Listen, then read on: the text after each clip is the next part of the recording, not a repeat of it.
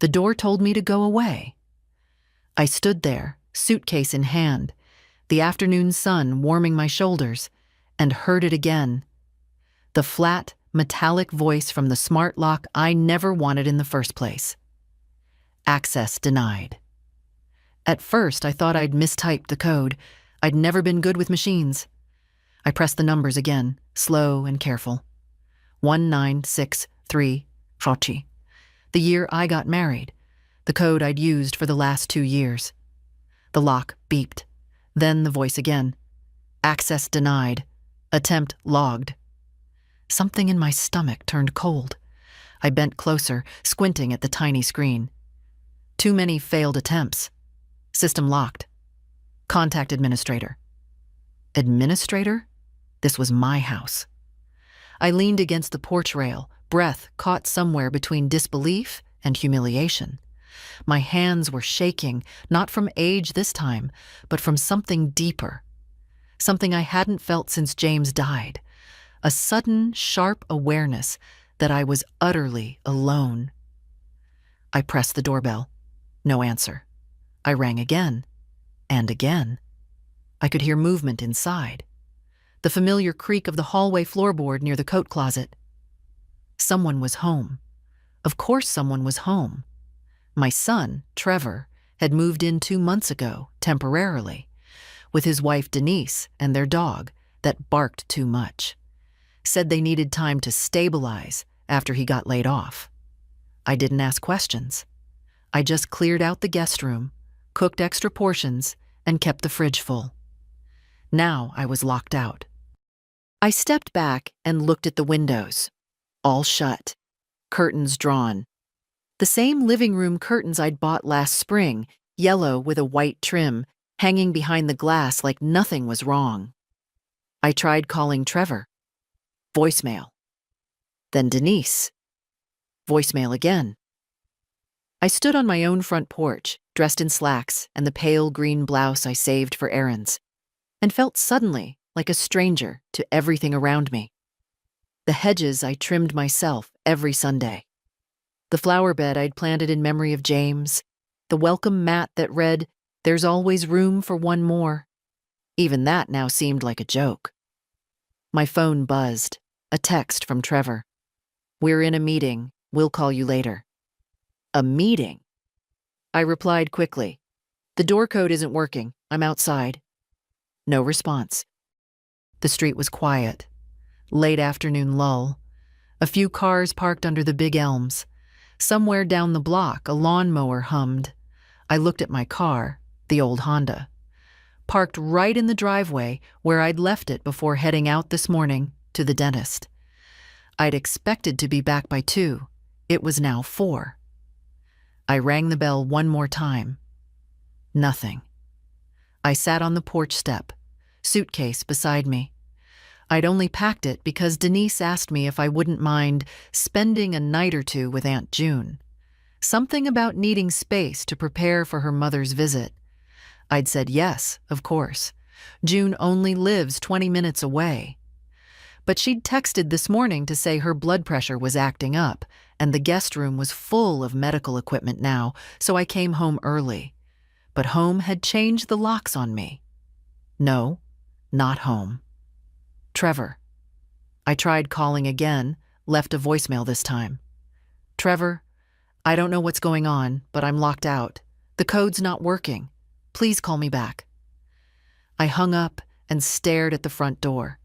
James built that porch with his own hands. I still remember the spring he did it. He cursed through the whole thing, said he'd never worked with more stubborn wood, but when it was done, he made me sit beside him with 2 lemonades and watch the neighborhood go by. Said, "This is how I want to grow old." He never got the chance.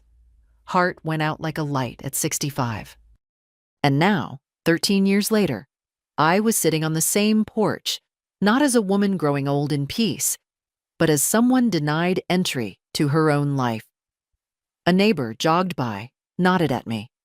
I smiled back, out of habit. Couldn't very well explain that I, Edna Lowry, homeowner of 34 years, was locked out of the very house whose mortgage I'd paid off by teaching middle school English 5 days a week and tutoring on weekends. I tried the code one last time. The keypad blinked red, then nothing. My phone battery was at 12%. It wouldn't last much longer. I thought about driving somewhere, a diner maybe, but I hadn't eaten since breakfast, and the idea of sitting alone in a booth with a stale coffee and nowhere to go felt unbearable. So I stayed. I watched the sun start to dip behind the roofs. The door didn't open. Not for me. Not anymore. I slept in the car. Not really slept. More like drifted in and out, my neck twisted against the headrest, blanketless and cold even though it was mid-May. Every time I closed my eyes, the image of the door blinking, access denied, flashed behind my lids. That voice, flat, robotic, final, repeating what I never thought I'd hear in my own home. I woke up at 2:17 a.m. to the sound of sprinklers hissing in someone's yard. My legs were stiff, my mouth dry. I'd parked just down the street, not wanting to draw attention. It was bad enough that Trevor hadn't answered a single call all day. Worse that I still hadn't heard from Denise either. I checked my phone. 4% left. No messages. I sat there, staring at the little house barely visible under the yellow porch light. My house. James and I bought it in 1989 when Trevor was still in 3rd grade. 3 bedrooms, 1.5 baths, a sloped backyard where I planted lilacs and he set up a rickety tree swing. The house needed work back then. We saved for years just to fix the roof. James used to joke that every shingle up there was paid for in chalk dust from my classroom. I kept thinking maybe it was a mistake, a glitch, some software thing. Maybe Trevor didn't even realize what had happened. But it wasn't a glitch. It was a choice. I could feel it in the silence. By sunrise, I'd made up my mind. I wasn't going to sit in a car like a vagabond, waiting for someone to toss me a crumb of an explanation. I started the engine, turned around, and drove to the only person I could think of who might not pretend she didn't know me. Marcy Bryant. We weren't close. Not anymore. Used to be, back in the day. She was my next-door neighbor for 25 years before her husband died, and she moved into one of those condos across from the pharmacy. We still exchanged Christmas cards. She brought me soup when I had shingles 3 winters ago. Good woman. Liked to talk too much. Always had opinions. It was just after 6 when I knocked on her door. Marcy answered in a robe with curlers in her hair and eyebrows half drawn. She blinked at me, then frowned. Edna? I'm sorry it's early, I said, but I need a favor. My phone's dead and I... Oh, honey, come in, she said, pulling the door wide. You look awful. I didn't say anything, just stepped inside and stood there while she shuffled to the kitchen, muttering about water for tea and finding the phone charger. When I sat down at her dining table, it hit me all over again. How absurd this was. How shameful. Your son changed the locks? Marcy asked over her shoulder, like she was asking about the weather. My back straightened. It's a smart lock. I think the code was changed. And you didn't change it? No. She turned and looked at me. Really looked. You need to talk to someone. A lawyer, maybe. I will, I said. But first I need to figure out what exactly he's done. Marcy poured the tea. Well, you always were too soft on that boy. Gave him the car when he was 20, paid for that 2nd degree he never used. I remember when Denise came along. You didn't like her, did you? I didn't answer. She didn't need my answer. My silence said enough. I told my Alan, she went on. Some women love too hard and raise boys who think the world owes them comfort. I looked at her. I was talking about myself, she added with a sad smile. While the tea steeped, I called my bank from her landline, asked for a check on all activity from the last 72 hours. The woman on the line was polite, but there was a pause when I gave my name. "Yes, Mrs. Lowry," she said. "There was a login request yesterday from a secondary account holder, Trevor Lowry. He accessed the dashboard and updated some permissions." "Updated how?" "Removed an authorized card, added a joint control tag to the household account. I see a note here regarding power of attorney." "I didn't authorize that." "It was submitted electronically. Do you want to place a hold on access until we confirm?" I said yes. When I hung up, Marcy slid a plate of toast across the table. "You going to let them get away with this?" "No." "Good," she said. "Because if you don't do something, they'll write you out of your own life. I've seen it happen. Quiet, neat little thefts of space, of dignity." "I just want to go home," I said quietly. Marcy touched my hand. "Then take it back." And something in me clicked. I wasn't just some little old lady with a floral blouse and mild tremor. I was a woman who'd raised a son alone after James died, taught English to snot-nosed middle schoolers for 32 years, paid off a 30-year mortgage in 19, and kept food on the table even when James's pension dried up. I knew how to fight. I just hadn't had to for a while, until now. By 8 o'clock, I was back in my car with 2 slices of Marcy's banana bread wrapped in foil and a charged phone in my purse. I didn't call Trevor again. What was the point? There's a silence that speaks louder than shouting. I drove slowly, every bump in the road a reminder of the stiffness in my joints, the kind of morning where even turning the steering wheel felt like a chore. I didn't care. I wasn't going far. Just 2 blocks over lived Emma, my granddaughter. She was 23, a part-time barista and full-time art student, with a laugh like clinking glass and a streak of blue in her hair that never seemed to stay in the same place 2 months in a row. She was Trevor's daughter from his first marriage, before Denise. He hardly mentioned her these days, said she was too emotional. I always thought she was just brave enough to be honest. Emma answered the door in leggings and a paint-streaked hoodie, her face still soft with sleep. "Grandma?" She blinked. "Are you okay?" I nodded. Then I shook my head. She stepped aside without asking another question and let me in. Her apartment was small, the kind of small that meant the sink doubled as a dish rack and the kitchen counter was also a desk. It smelled faintly of coffee grounds and turpentine. I sat on a beanbag chair because there wasn't much else and watched her fumble for mugs and start the kettle. "What happened?"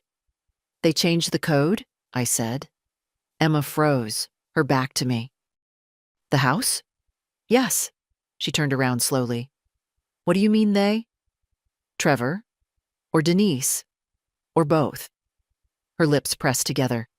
"Did you ask them why?" "They're not answering." Emma didn't say anything for a long moment, just poured hot water into mismatched mugs and handed me one.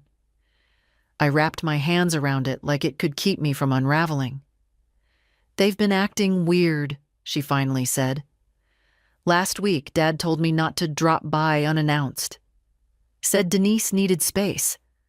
Like I was some stranger." I looked at her. "I thought maybe it was just me," she said.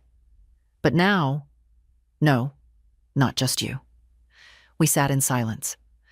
On the wall above her tiny couch were half-finished canvases, one with wide strokes of yellow and gray, another with what looked like a doorway surrounded by eyes. "They used my own money," I said quietly, "to pay for that lock." Emma looked over. "I checked the bank this morning. He accessed my account, changed permissions." "That's illegal." "Not if he used the power of attorney form I signed last year." Her face twisted. "The one you signed after the flu? When you were sick and they said it was just to help with errands?" I nodded. "You can revoke it." "I will." We sat like that for a while. The tea went lukewarm. I didn't drink it. My body ached. But underneath all of that, the fatigue, the shame. There was something else growing. Something sharper. Not quite anger yet, but close. "They think you'll do nothing," Emma said suddenly. "They think you'll just sit there and take it because you always do." I looked at her, startled. "Sorry," she said. "I didn't mean that in a bad way. Just, you've always been the peacekeeper, the fixer." I smiled, faintly. "You're not wrong. But maybe it's time you stop." I didn't say anything, but I heard her. Every word. After I'd washed my face and borrowed a comb, I called my lawyer. Edith Garvey had been handling my affairs since James passed. She was calm, methodical, and, most importantly, not prone to overreaction. When I explained what happened, she didn't gasp or offer pity. She just said, "Come in, today." So I did. The office was a little building next to the pharmacy, the sign slightly askew. Edith wore her usual navy blazer and had reading glasses perched on her head like a forgotten crown. We went over everything: the power of attorney, the house deed, the bank access. "Did you sign anything else recently?" she asked. "No." "Then it's simple. We revoke the POA, notify the financial institutions, and, if you'd like, begin the process of restoring sole ownership of your property." I looked at her. "It's still mine." "For now," she said gently. "But if they change the locks and won't let you in, that's a possession issue. You're still the legal owner, but they're occupying it." "Squatting, you mean?" "In nicer clothes, yes."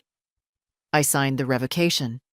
It felt like nothing, a few pen strokes. But as I handed the paper back, something inside me steadied. "You're going to be all right," Edith said. "I know." When I stepped outside, the sky was gray. Light rain had started to fall.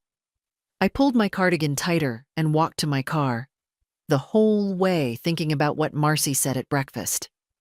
Quiet, neat little thefts. They'd taken my key, my space, my peace. But not for much longer. The bank branch on Lafayette opened at 9.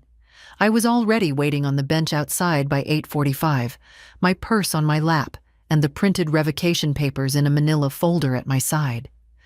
The rain had passed by then, leaving the sidewalk wet and glinting, and the early sun cut sharp shadows through the trees.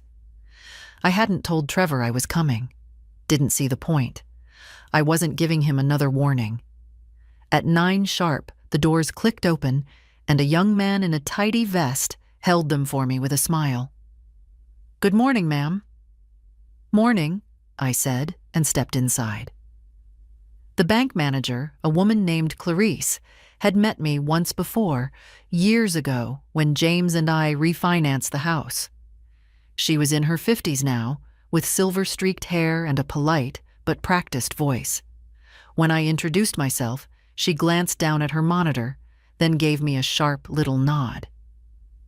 "I see we've had some recent changes to your account. Would you like to review them?" I handed her the folder.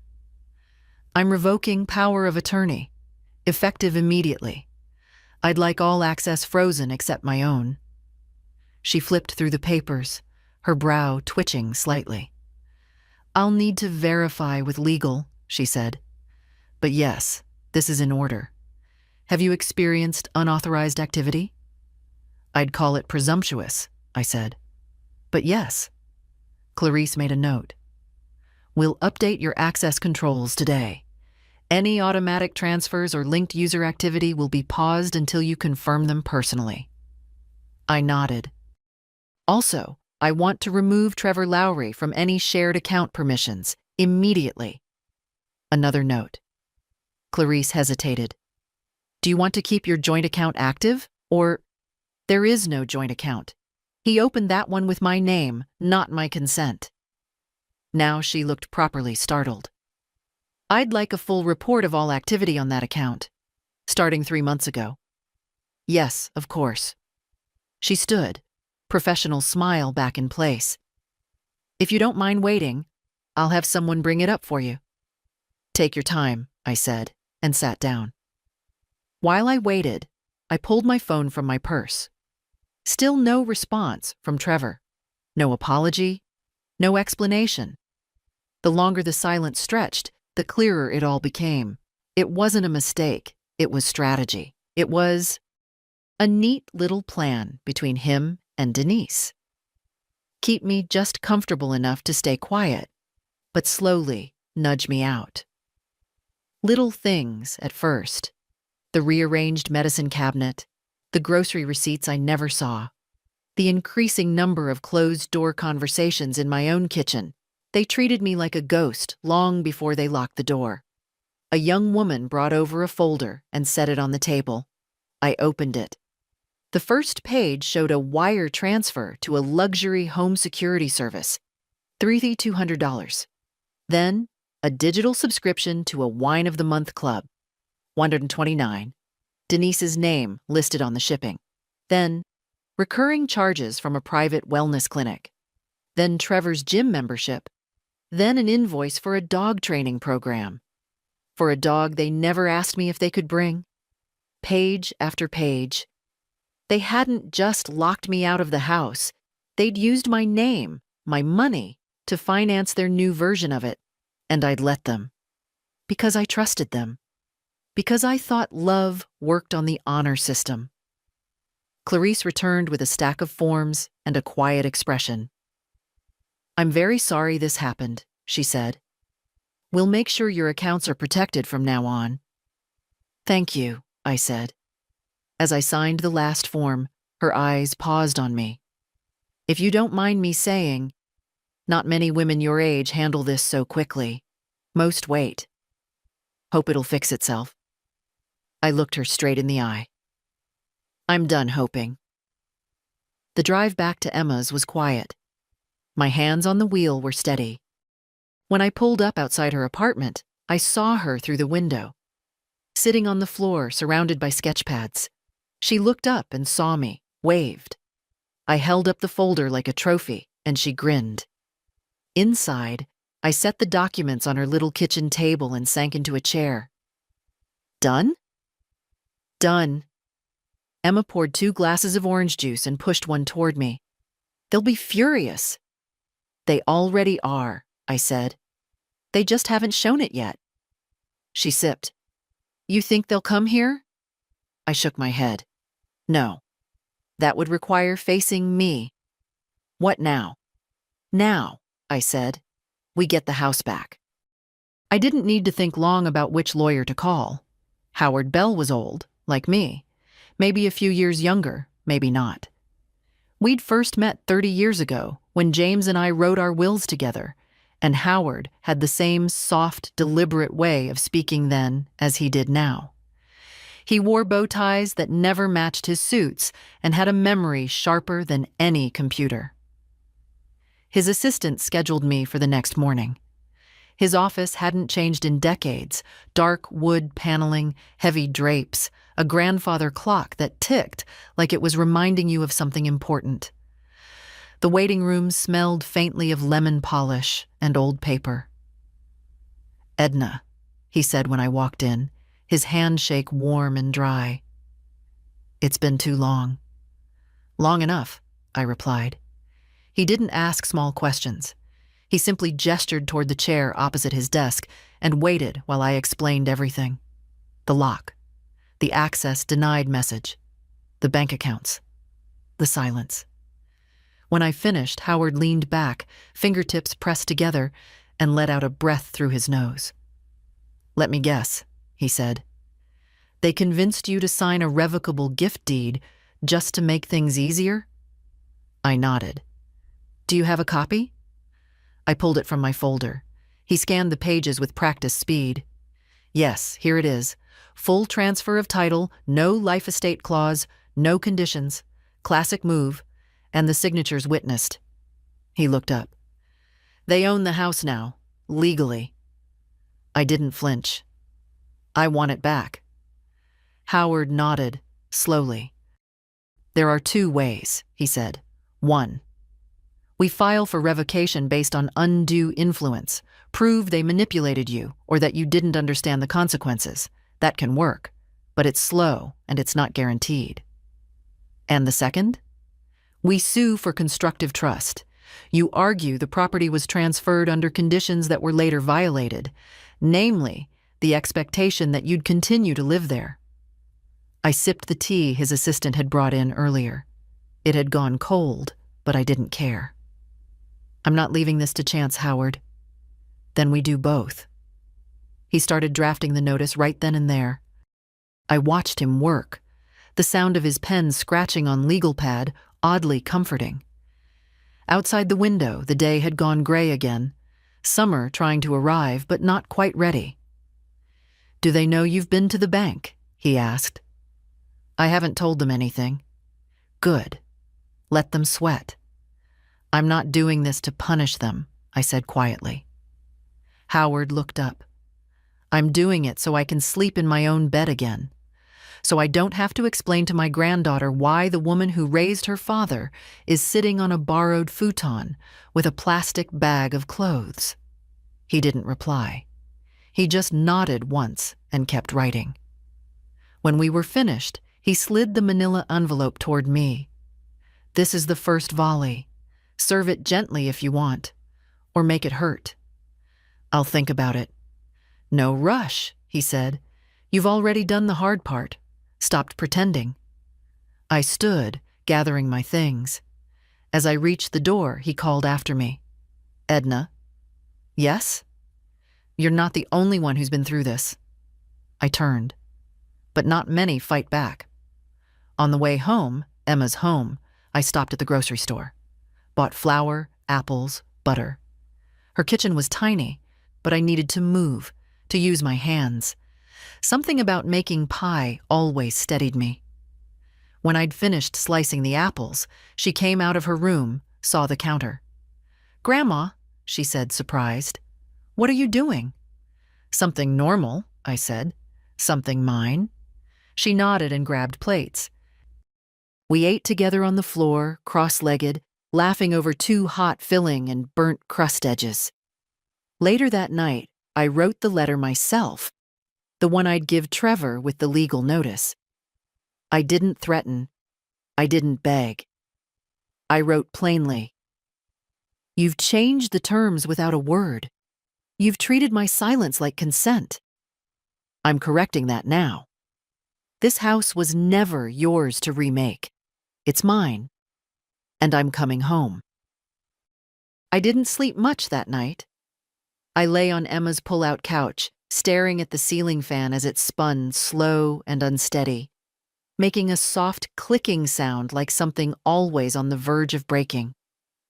The pillow smelled faintly of her shampoo, lavender, and something sweet I couldn't place, and the blanket she gave me was warm enough, but none of it felt right.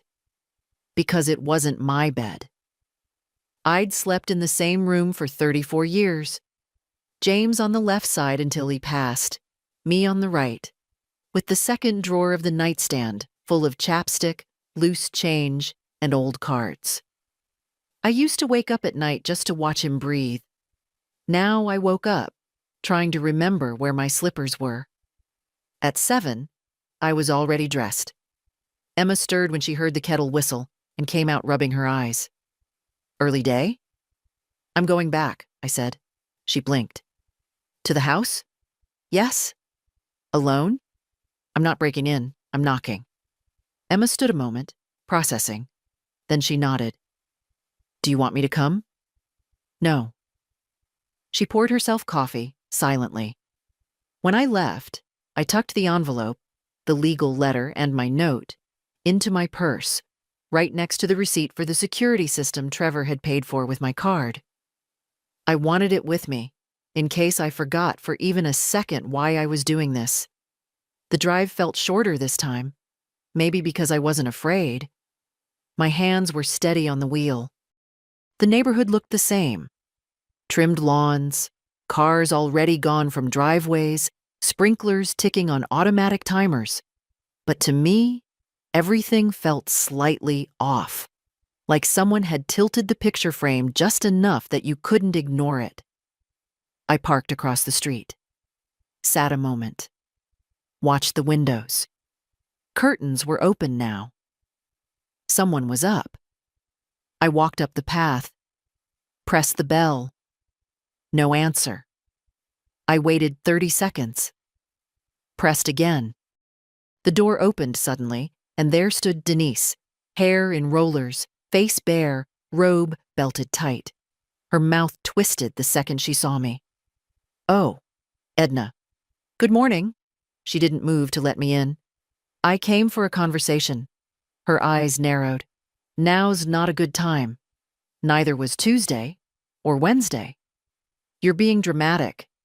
I opened my purse slowly, pulled out the envelope. "This is a legal notice from my attorney.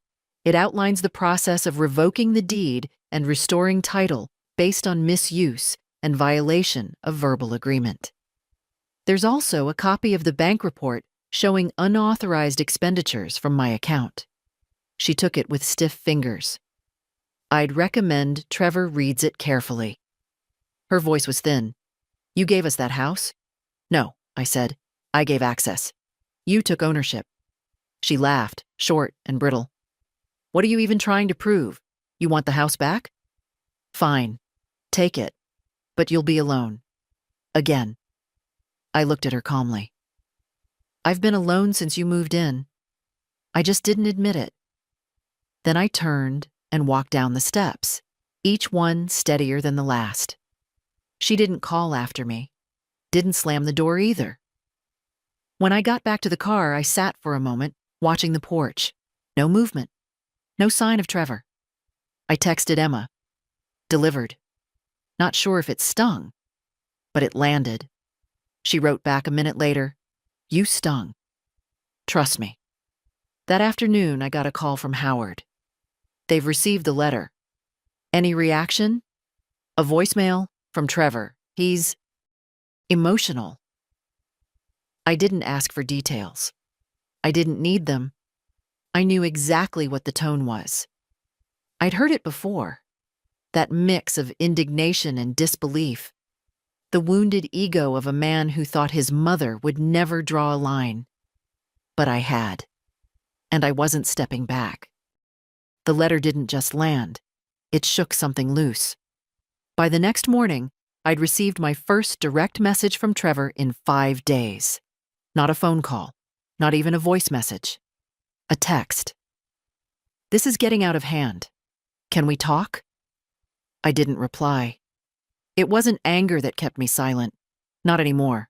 It was clarity. After a lifetime of being the one to reach first, smooth things over, soften the tone, I'd finally understood. Silence isn't absence. It's protection. I spent the morning with Emma. She'd invited me to sit in on one of her classes, a portfolio review she called it. And while I was hesitant at first, me at a university art class, I agreed. Mostly because I needed to be around someone who looked at me like I wasn't a problem to be solved. Her classroom smelled like acrylic and ambition. Young people in baggy sweaters and wide eyes held up canvases and spoke about color theory and emotional layering. One boy presented a series of portraits drawn in charcoal, all older women. One had rollers in her hair and stared dead into the viewer's soul. "This one reminds me of my grandmother," he said. "She doesn't say much, but she always sees." I blinked hard. Afterward, Emma introduced me to her professor, a man in his 60s with more paint on his hands than a hardware store. "She's the Edna?"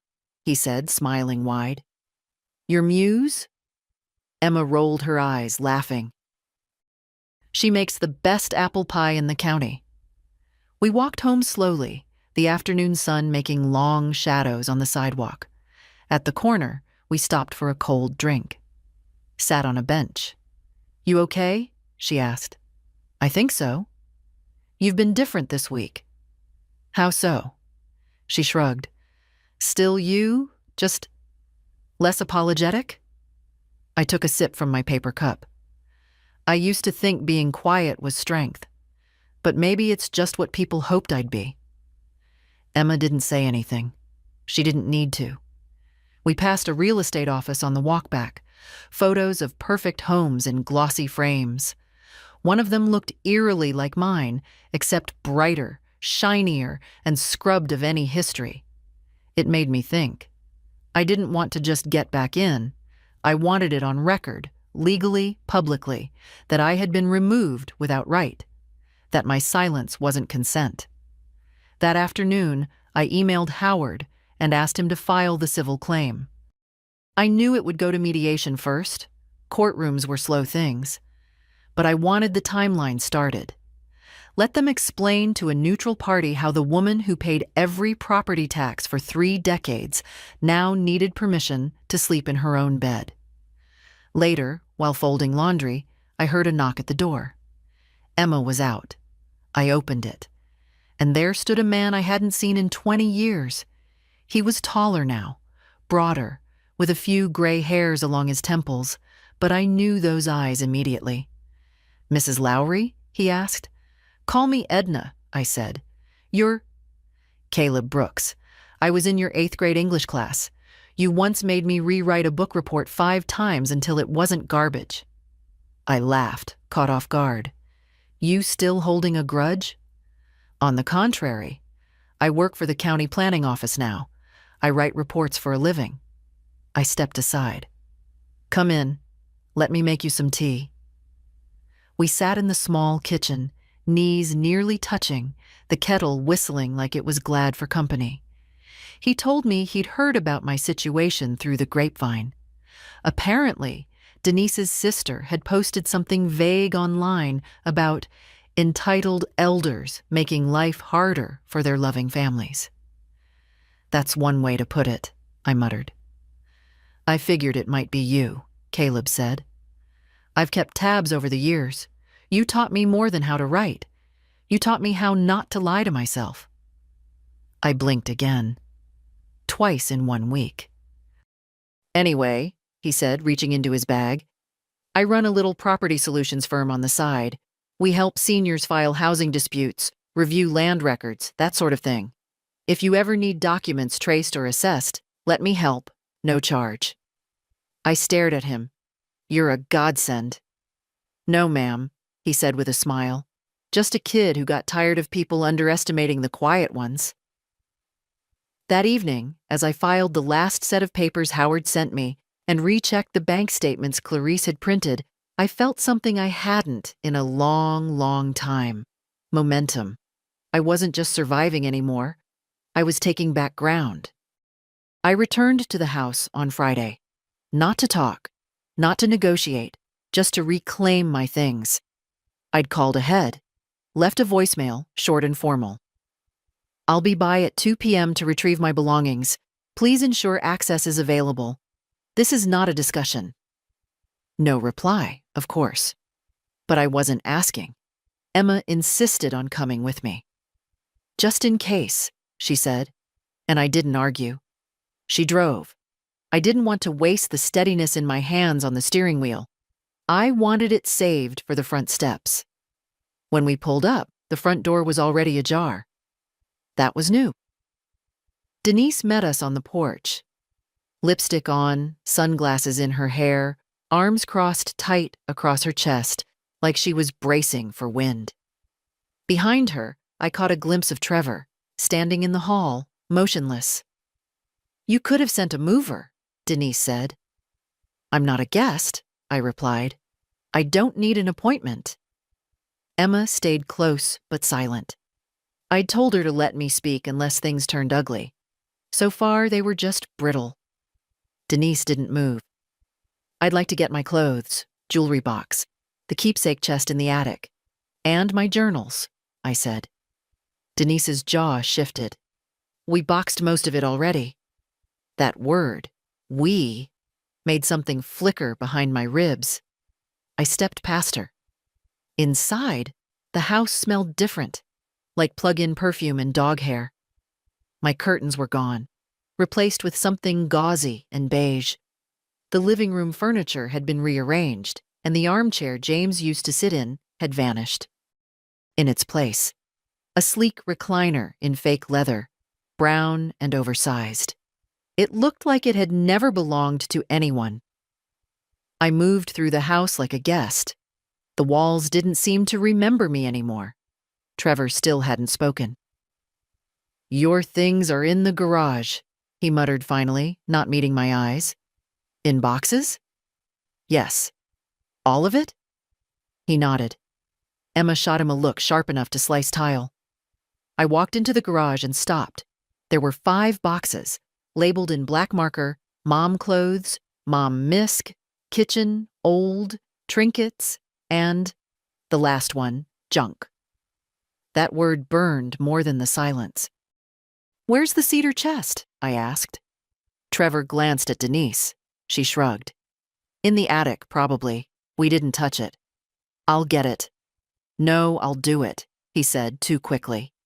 I raised an eyebrow. "Let him," Emma murmured. "We don't need to watch him fumble." He disappeared up the stairs. Emma opened the box labeled junk. Inside, 3 framed photos, a chipped mug I'd painted in a craft class, and a knitted scarf I'd made for Denise 5 Christmases ago. "I guess this says everything," she whispered. I didn't reply. Trevor came back down, breathing hard. The cedar chest looked the same as ever. Scratched, heavy, but intact. I touched the lid gently. Inside were my letters from James, Emma's kindergarten drawings, and every birthday card Trevor had ever made me from ages 5 through 12. "Help me carry it," I told him. He flinched, then obeyed. We moved in silence. Set it gently in the trunk of Emma's car. When he stepped back, I turned to face him. "You had a chance to treat this house like home," I said. "Not property, not leverage, but a home."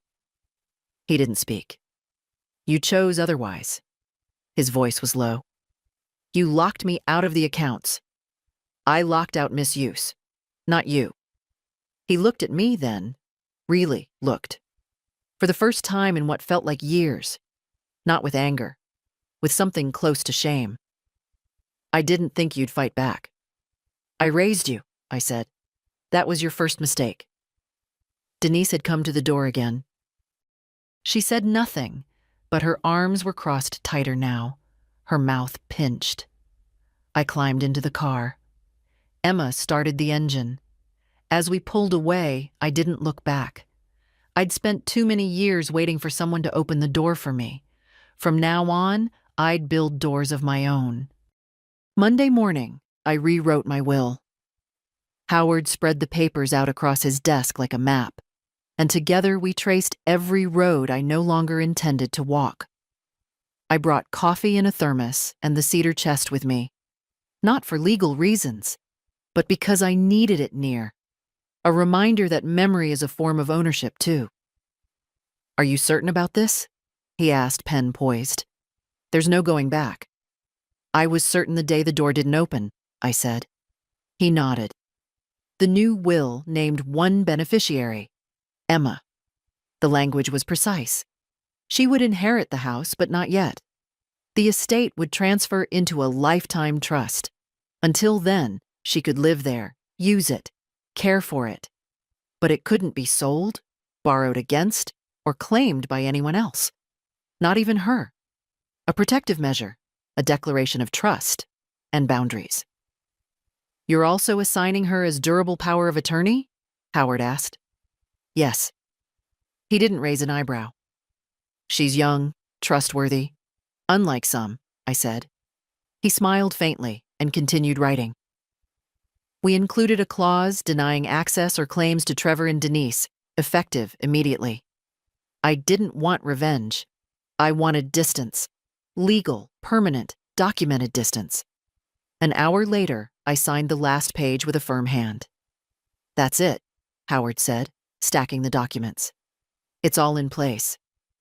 "No more quiet thefts," I said. "No more," he agreed.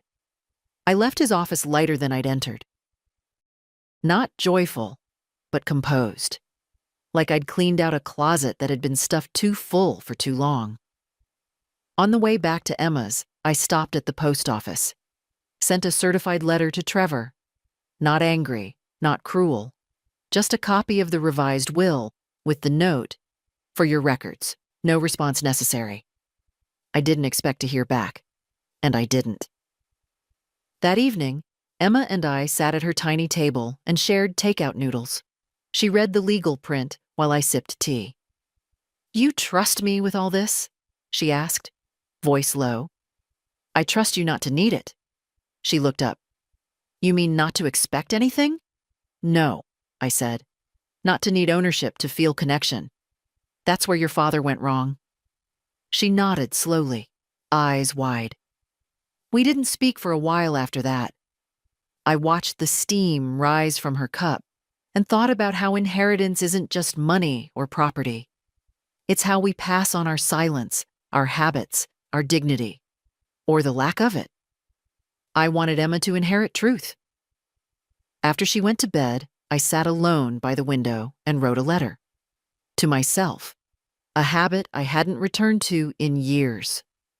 "Dear Edna, you've spent your life making space for others.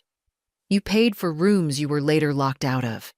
You cooked for mouths that forgot to say thank you.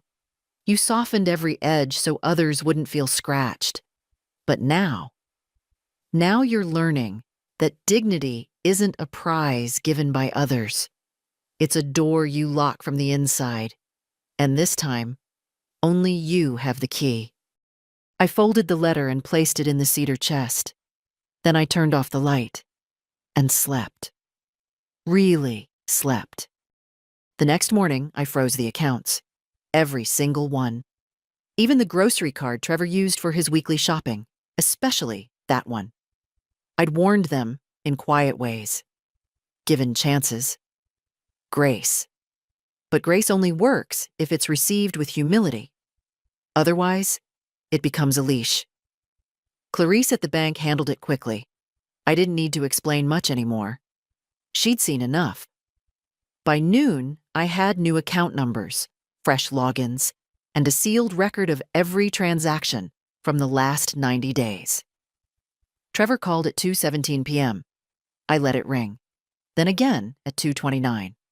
The third time, I picked up. His voice came in fast, a mix of disbelief and anger, like he couldn't believe I was actually treating him like someone who'd done something wrong. "Mom, what is this? I just tried to get gas and the card was declined." "Sounds like a budgeting problem," I said. He didn't laugh. "You're freezing your own son out of money after everything we've done for you?" "Everything? We've taken care of the house, managed bills, made sure you had food. You locked me out." A pause. His breath, sharp in the receiver. "That was temporary. You blew it out of proportion. You used my money to upgrade the locks, pay for dog training, and order wine subscriptions you never asked permission for. That's not stealing." "No," I said. "It's entitlement." Another silence. "You're going to regret this," he said finally. "No, Trevor, you are." I hung up before he could say more. It didn't feel triumphant. Just clean. Emma came home late that evening. She'd been helping a friend move. Her hands were smudged, her shoulders tired. "I saw him," she said, not sitting yet. "Who?" "Your son. He was parked outside the campus, just sitting there. When he saw me, he pulled up alongside and asked if you were okay." I looked at her.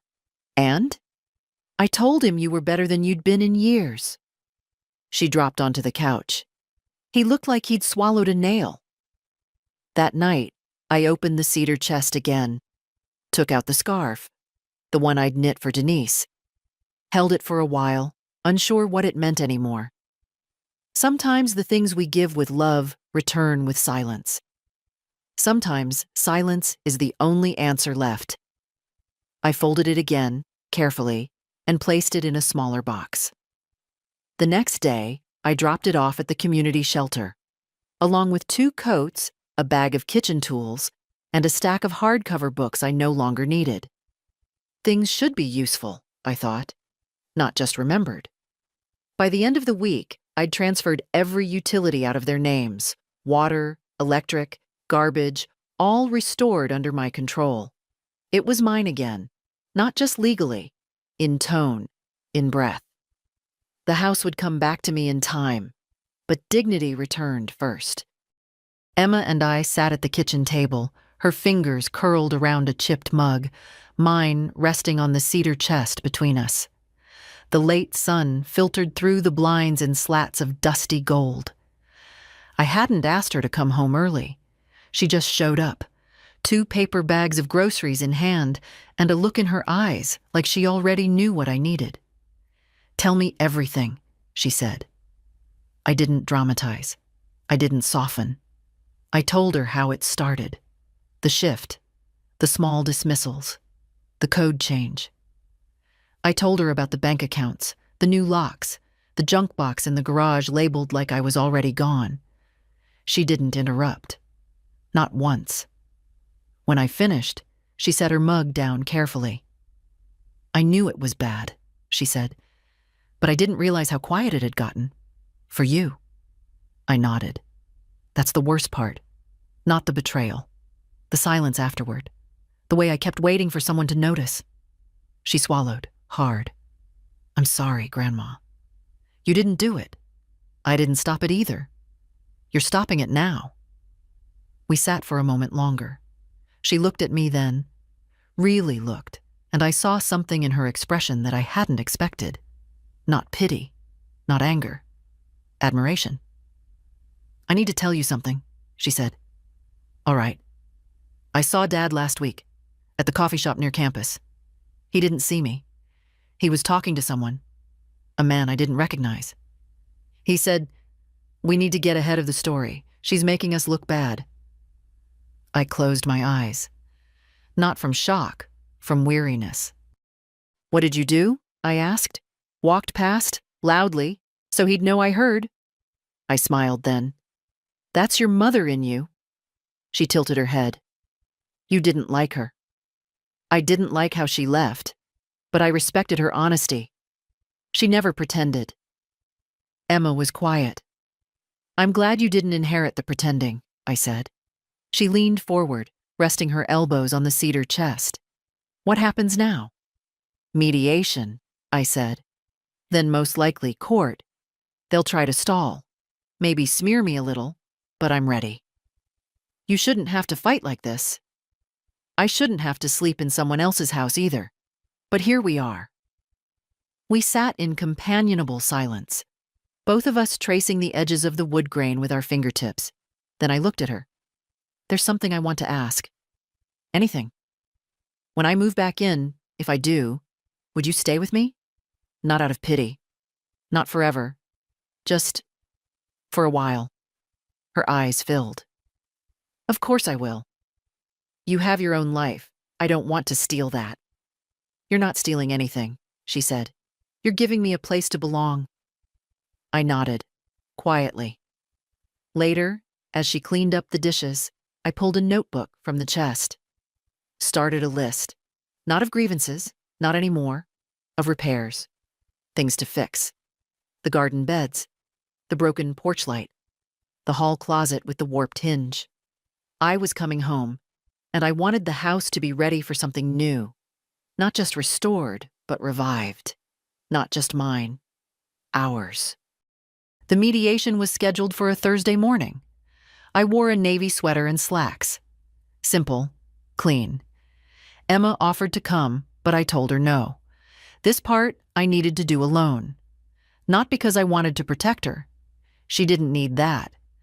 But because there are battles a woman has to walk into with no one behind her. So if she wins, it's hers. Entirely. The conference room was beige in every possible way. Walls, carpet, the faces of the men who greeted me with 2 smooth smiles. Trevor was already seated. Denise beside him, flipping through her phone like the whole thing was beneath her. Trevor didn't look up at first. When he finally did, his expression was blank, a kind of forced civility that only deepened the space between us. I sat across from them, calm, the mediator, a man named Grant with square glasses, and the voice of someone used to ending arguments by offering compromises no one liked, began with a summary. Property transfer. Alleged misconduct. The disputed intention behind the deed. Ms. Lowry contends that she was misled, he said, that the home was signed over under false pretenses with a verbal understanding she would retain full access and residence. Trevor finally spoke. That was never in writing. No, I said, just in 34 years of bills, maintenance, and memories. He had the decency to look embarrassed for about a second. Grant continued. Mr. Lowry asserts that the property was gifted without condition and that recent actions by Ms. Lowry, namely the freezing of joint accounts, demonstrate instability and an inability to manage shared residence. Denise smirked at that part. I didn't blink. I froze the accounts, I said evenly, after they were used without my consent. I didn't make a scene. I didn't change the locks. I just stopped funding my own erasure. Trevor shifted. Denise finally looked up. You were acting irrationally, showing up unannounced, refusing to leave when asked. I was locked out of my house without warning, I said. It wasn't your house anymore, she said, cool as a countertop. Grant raised a hand. Let's focus on options. We discussed settlement offers. They wanted me to take a buyout, a lump sum, far less than the property's worth, and a formal statement relinquishing all claims. They even offered to assist with relocation, as if I were some tenant overstaying a lease. I refused, politely, but firmly. I'm not moving, I said. I'm reclaiming. Trevor looked at me then, not with anger. Not entirely. There was something else there. A flicker of the boy who used to bring me dandelions in fists too small to hold them all. I didn't think it would come to this, he said quietly. That's the problem, I replied. You didn't think. In the end, no agreement was reached. Grant sighed, collected his folders, and scheduled a court date. Outside the building, Trevor caught up with me. Are you really going to take this all the way? He asked. I turned to face him. I already have. He didn't follow me to the car. That night, Emma and I sat on the floor with pizza and root beer, watching a rerun of some courtroom drama. She asked how it went. I gave her the short version. They don't think I'll go through with it, I said. They still believe I'm bluffing. Emma smirked. Then let them keep believing. I looked at her, this girl who had become my mirror in ways I hadn't seen coming. Sharp, loyal, unafraid of the truth. I thought of the house again, not just the rooms and windows, but what it had always meant. A place where someone like her could grow strong without apology. I'll win, I said softly. Emma didn't answer. She just reached for my hand. I walked through the house alone before the hearing. Howard had advised against it, said it might muddy the optics. But I didn't care. I wasn't sneaking. I wasn't stealing anything. I was remembering. The side door was still unlocked. Denise had left it that way when they started moving boxes to wherever they were going. Their lawyer must have told them the optics were bad too, holding on to a house while its real owner marched into court with folders and facts. I stepped into the kitchen first. The light over the sink still flickered. No one had fixed it. The same crack in the linoleum ran like a faded scar under the fridge. Denise had changed the curtains, but she hadn't touched the tiles I laid with James the summer Trevor turned 15. I moved through each room, not to linger, to witness. They'd painted over the hallway in a color they must have thought looked modern. Pale gray. Cold. But I could still see, in my mind, the pencil marks along the trim where Trevor grew taller each year, until he stopped letting me measure. The bedroom was almost empty. Only the mattress remained, My side still faced the window. I walked to the closet, opened it, half expecting the faint smell of cedar and old perfume. But it was gone now. The shelves bare. The small shoebox with James's letters wasn't there. I'd taken it weeks ago, but the shape of it was still outlined in dust. I closed the door gently. In the living room, the old bookshelf was gone. But a small chip in the wall remained, just above the spot where James had dropped the hammer putting it up. We never patched it. It became a joke. The wound in the wall, we called it. And now it was just still there. A wound with no audience. I left quietly, locked the door behind me. That was the last time I'd enter it as a visitor. The court date came. Emma sat behind me, Howard beside me, Trevor and Denise on the other side, stiff and dressed like people pretending not to be afraid. The judge was a woman, mid-50s, efficient, not unkind. She listened. She asked the right questions. Howard presented our case like a man who didn't waste words. Financial records, the revocation of the deed, the pattern of removal, the unauthorized spending. We didn't need drama. We had facts. Trevor's lawyer tried to spin it. She willingly signed the deed. Yes, Howard agreed. Under the verbal agreement, she would remain a resident and co-decision maker. That agreement was violated. Denise didn't speak. Her silence that day said more than any testimony could. When it was my turn to speak, the courtroom felt too quiet. I stood. No paper, no notes, just the truth. I didn't come here for revenge, I said. I came because one day I realized my name was being erased from the house I paid for, the life I built, and the family I held together for too long on my own. I came because I gave and kept giving until the locks changed without a word. The judge watched me carefully. I didn't make noise, I continued. Not right away. I didn't cause scenes. I made pies, paid bills, offered rides, bought birthday gifts. I was quiet, and I was pushed aside quietly too. Howard didn't interrupt. He knew better. But silence isn't agreement, and kindness isn't consent. I came to reclaim what I didn't give away. My place, my name, my dignity. I sat down. Emma squeezed my hand, and we waited. The ruling came a week later. Howard called first. His voice was calm, but I could hear it. The satisfaction beneath the formality, the quiet triumph of a man who's spent his life doing things the right way, even when no one's clapping. You won, he said.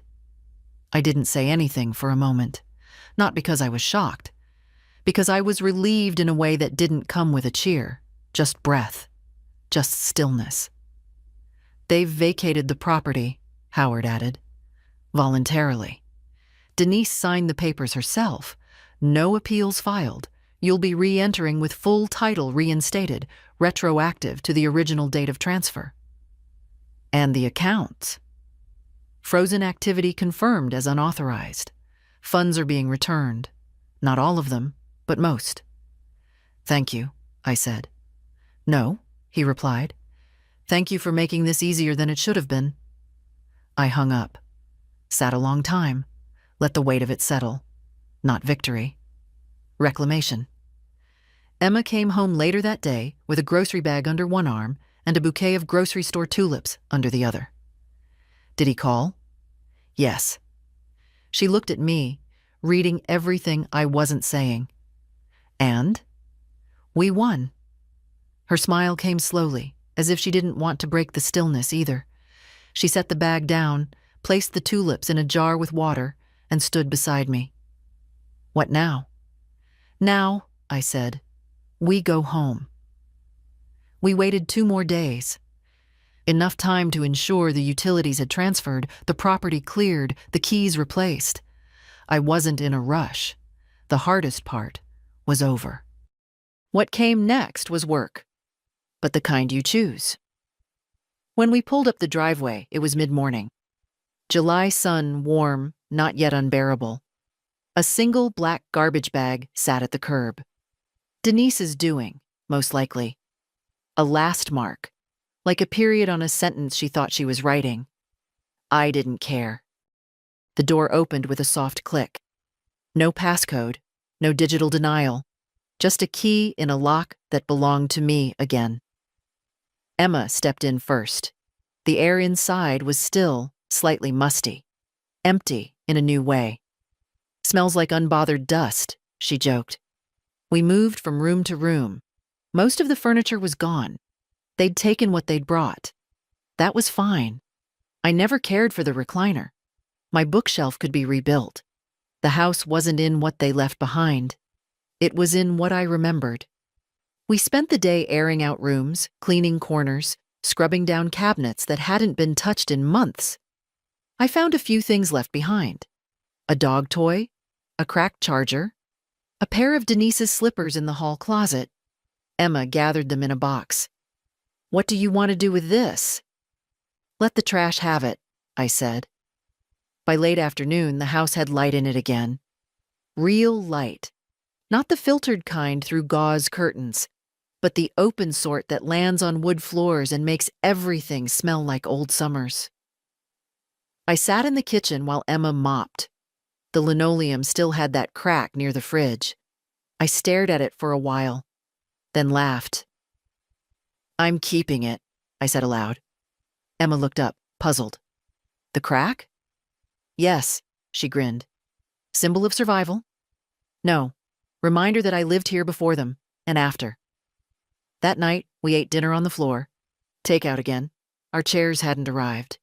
Emma's cat had already claimed the hallway, sprawled like a tiny queen. Before bed, I opened the cedar chest, pulled out the scarf, Denise's, and walked it to the garbage. It didn't burn. It didn't sting. It just left. Then I took out the letter I'd written to myself weeks ago. Read it once. Folded it again. But this time, I didn't put it back. I slid it into the empty slot of the bookshelf I would rebuild. Because sometimes dignity isn't just kept, it's displayed. They thought I would vanish quietly. I know that now. Not out of bitterness, but from watching how people behave when consequences finally arrive. They blink a lot. Shift blame. Rewrite what happened. Not with lies exactly, but with softened versions of events where they're always well-meaning. Trevor sent a message last week. Just a few lines. I've been thinking about everything. About you, about what happened. I wish we could talk. Really talk. I read it twice, then deleted it. Some things don't need answers. I didn't want a conversation. I wanted air that didn't bend around someone else's comfort. It's been 3 weeks since I returned. The garden's coming back. Slowly. I pulled weeds with my bare hands, knelt on a cushion Emma bought from the dollar store, and dug out the roots one by one. I replanted rosemary and 2 tomato vines, bought marigolds on sale. The earth was dry in places, but I know how to coax life from hard soil. I always have. Inside, the cedar chest sits open now. Not like a wound, like a shelf. I moved the notebooks into it. The ones I started years ago, where I wrote not just memories, but things I never said aloud. Whole pages on silence, on guilt, on what it's like to be helpful until you disappear. Emma asked me if I'd ever publish them. I said no. But maybe one day she will. She sleeps in the guest room now, the one I cleared out when Trevor moved in, thinking I was making space for family. I look at that room now and realize family isn't who moves into your house. It's who guards your name when you're not in the room. She calls me roommate sometimes, joking, half affectionate. It makes me smile more than it should. The mailbox still gets things addressed to Trevor, credit card offers, alumni newsletters. I mark them return to sender and place them back inside without flinching. He hasn't shown up. I think he knows better. The neighbors are beginning to notice. One of them, Linda, across the street, brought muffins the other morning. Said, "Glad to see your curtains again." It was a kind thing to say. Simple. True. I've started something new, not big, just mine. A weekly letter I write, fold and leave on the kitchen table. Emma reads it over tea before her shift. I write about what I remember, what I learned, what I won't forget. The first one said, "Be careful who you give your silence to." Some people think it's a gift. Others treat it like permission. But silence isn't peace. And quiet doesn't mean small. You're allowed to take up space.